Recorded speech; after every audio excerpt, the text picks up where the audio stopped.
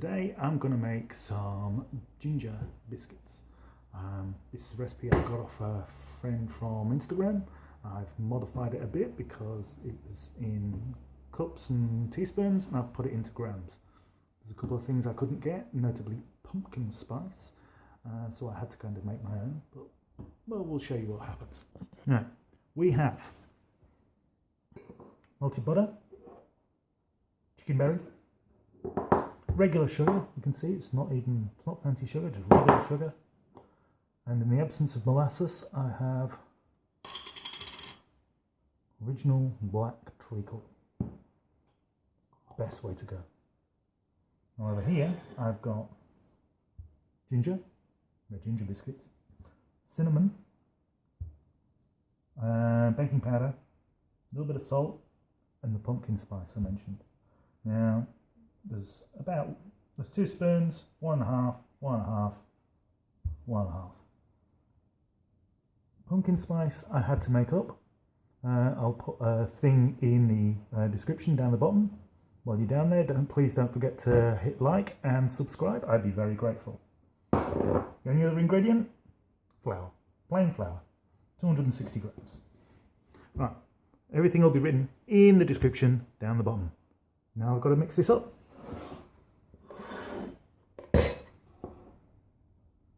So I'm going to put the flour. I'm not worried too much about sieving it, but it's more sort of to mix all of these things together.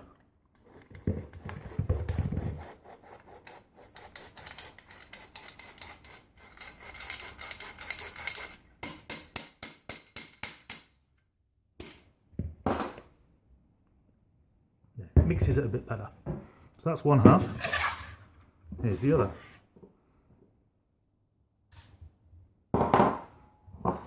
That was 100 and however many grams. Same. And of course I'm going to get shell in this. Nope. Win. And no matter how you do this, there is no easy way of measuring treacle or golden syrup or honey or anything like that, because they're all super sticky, so you just gotta be careful. Some people, yeah, you can weigh the jar and do negative weighing. Right now I happen to know that it's 3 of these.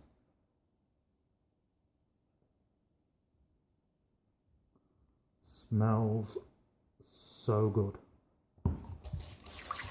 Then I'm just gonna mix all of that together. You can probably hear still granule, doesn't matter. Oh, the butter, by the way, was cooled. It was liquid, but it had cooled. Otherwise we'd have scrambled egg in here right now.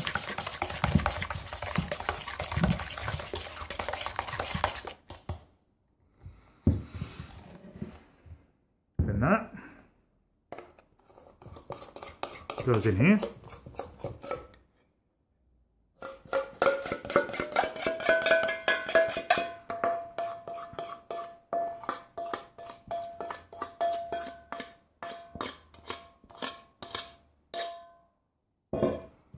And that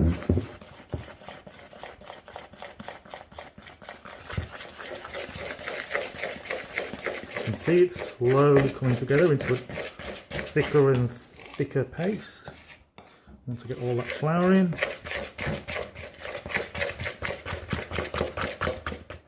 it's sort of it's too thick to be called a batter and too thin to be called a dough. But it is nicely mixed. Now if I was to cook with this now, I'd end up with very thin, very flat biscuits because it's so runny. But if I stick it in the fridge for a few hours, now the longer the better, when it comes out, comes out, yeah, it sounds like in my finger. It'll be cold and it'll be set. And I can roll, and then we'll come back then.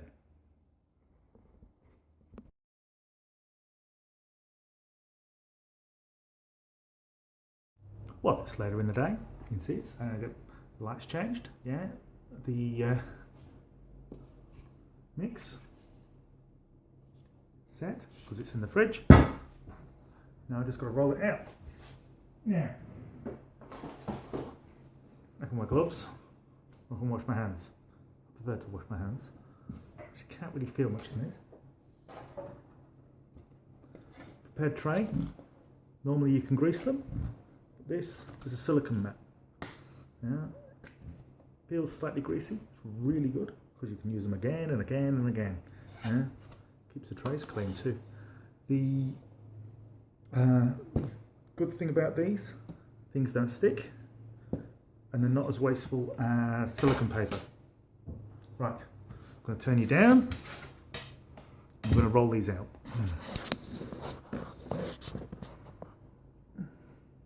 Da, da, da, da, da.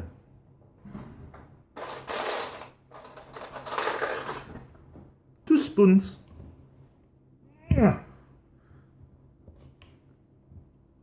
Now I want just a lump, not a big lump, just a lump.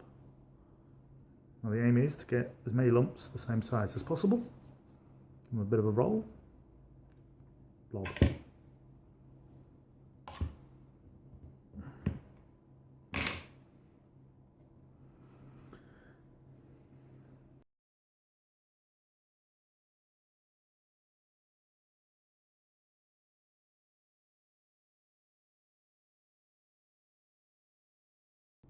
Right, so there you go.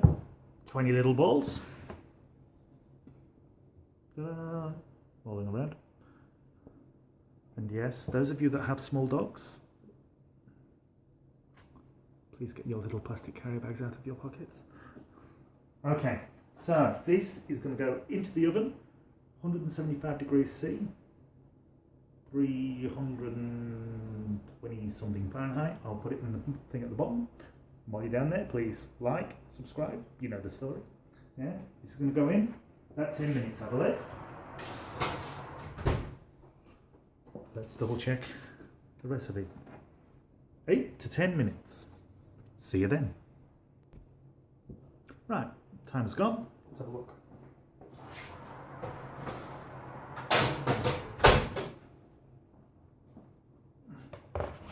Flip this down. So, still soft. So we're just going to let them cool for a few minutes on there, and we'll go on to this cooling tray to cool off completely. Meanwhile, I can put the second tray in the oven. These ones are squished a little.